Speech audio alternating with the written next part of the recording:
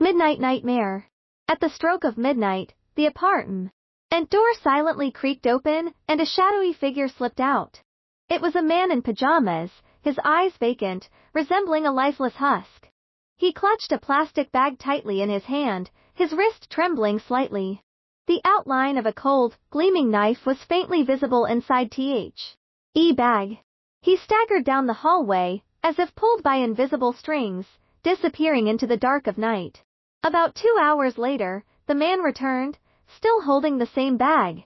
It was now bulging, and he wobbled his way back into the apartment.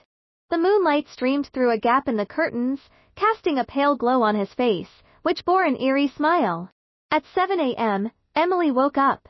She stretched lazily and then froze as her gaze fell on the pillow beside her. It wasn't the familiar pillow she expected, but a severed, bloody human head. Blood had soaked through the pillow and stained the sheets, with dark red droplets splattered across the floor. Emily sighed in resignation, as if this was nothing out of the ordinary. She picked up the head gingerly and walked toward a locked room. As she passed another room, she noticed John, still in his pajamas, snoring loudly.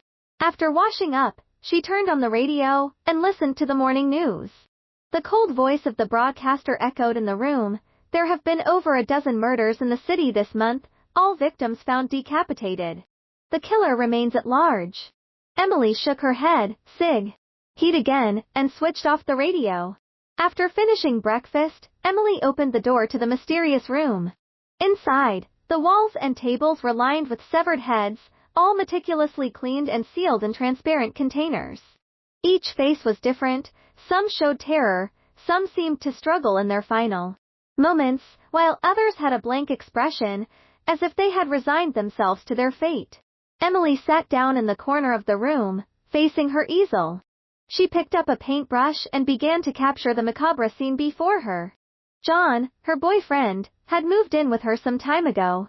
She had casually mentioned wanting to study human facial expressions, never expecting John to take her words literally. But that very night, he returned with a freshly severed head. The sight of it made Emily faint. When she regained consciousness, she started to question John's sanity. Yet, every night since, John would stagger out and return with a new head, placing it beside her pillow.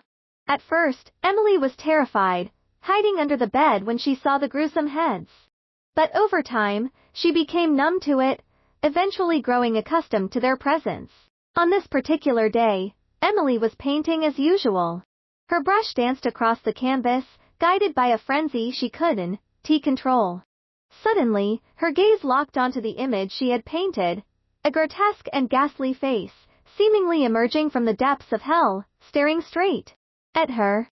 She felt a wave of dizziness, and the brush slipped from her hand. A few days later, Emily's lifeless body was discovered on the street. She had been hit by a car, her face twisted in a grimace. The driver insisted that she had been smiling eerily, as if welcoming death.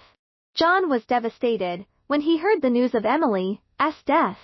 He trudged heavily to her studio, reminiscing about the times they had spent there together.